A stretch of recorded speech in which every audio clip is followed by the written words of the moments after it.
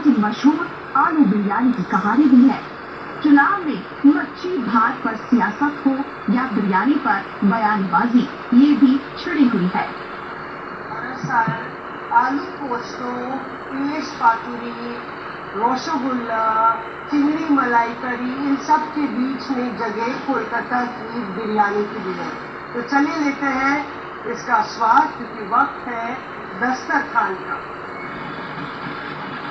ये परंपरा वाजिद अली शाह के समय से चली आ रही है। बिरयानी में आलू भी उन्हीं के दौर में आया। जब मीट की कमी थी तो आलू को आजमाया गया और वो फिर बिरयानी में एक परमानेंट मेन्यू पर गया। तो हम लोग पहुंचे ऐसे दस्तरखान में जो कि 1929 से चल रहा है, और आप अंदाजा लगाइए किस तरीके से अलग अलग सदियों में, दशकों में किस तरीके से इसने अपनी छाप छोड़ी है। तो ये जो लेआउट है, अशरफ साहब हमारे साथ हैं जो डायरेक्टर है मीडिया के, वो हमें समझाएंगे, क्योंकि कहीं ना कहीं बिरयानी का जिक्र आता है तो लखनऊ का जिक्र आता है।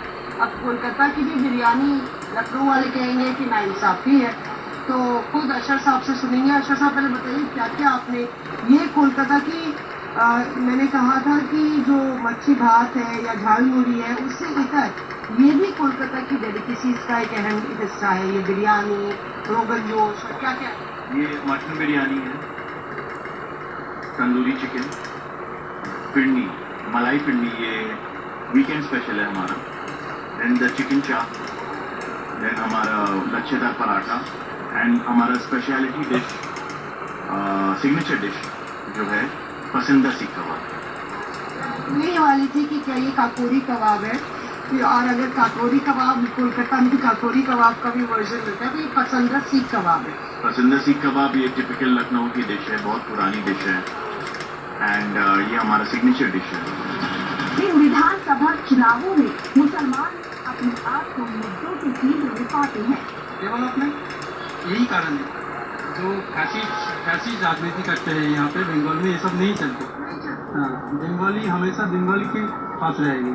तो चर्चा होती है, मछली पर चर्चा हो रही है, झालमुड़ी पर हो रही है, ये कहा जा रहा है कि मछली बैन हो जाएगी, टीएमसी कह रही है।